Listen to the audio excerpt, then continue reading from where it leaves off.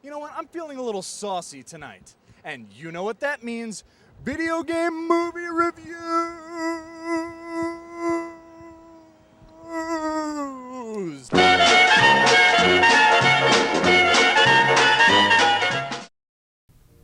There are a great many movies out there that are definitely far more enjoyable if you just turn your brain off and give yourself over to the world that the movie creates. Allow yourself to be immersed in whatever trite, terrible, or even marginally coherent story has been put before you. Now, normally, I would have put this sort of movie in that category, but not so, my friends. I found that the only way I could enjoy this movie was to do something I normally want to stab people for: talking throughout the whole film. I decided, shortly after the opening montage, that Hitman could use a better script, perhaps one written by me. So I proceeded to add all my own dialogue and dictate characters' actions aloud. In doing so, I had a great viewing experience. Now, before I continue, you should know that I'm going to ruin this movie for you if you had any plans to see it. This review will be rife with spoilers, so brace yourself. This movie is, of course, based on the video game of the same name. It stars Timothy Olyphant. I don't like this tea. Too cool? It's too weak. But now he's got a shaved head with a barcode tattoo on the back and goes by the anonymous moniker Agent 47. His co-star is a hot semi-goth hooker type with a little dragon tattoo on her face, who gets gratuitously naked and thrown in the trunk of a car.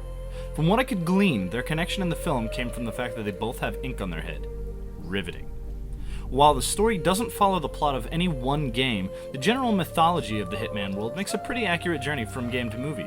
The only major and yet very minor change I picked up on was the name of Agent 47's employer.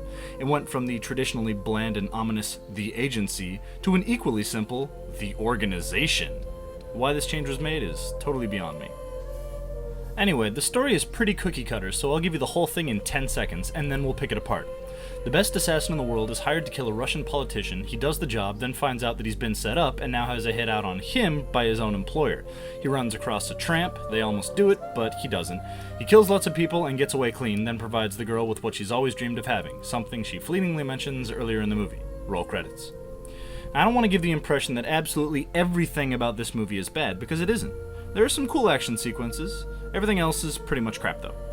And even the action was, at times, laughable. For example, at one point in the movie, Agent 47 is on a stationary train car and is confronted with 3 other agents who are all trying to kill him before the other one can.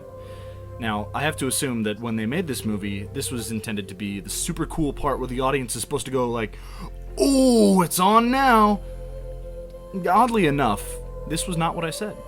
So, anyway, there's a fun little standoff with guns.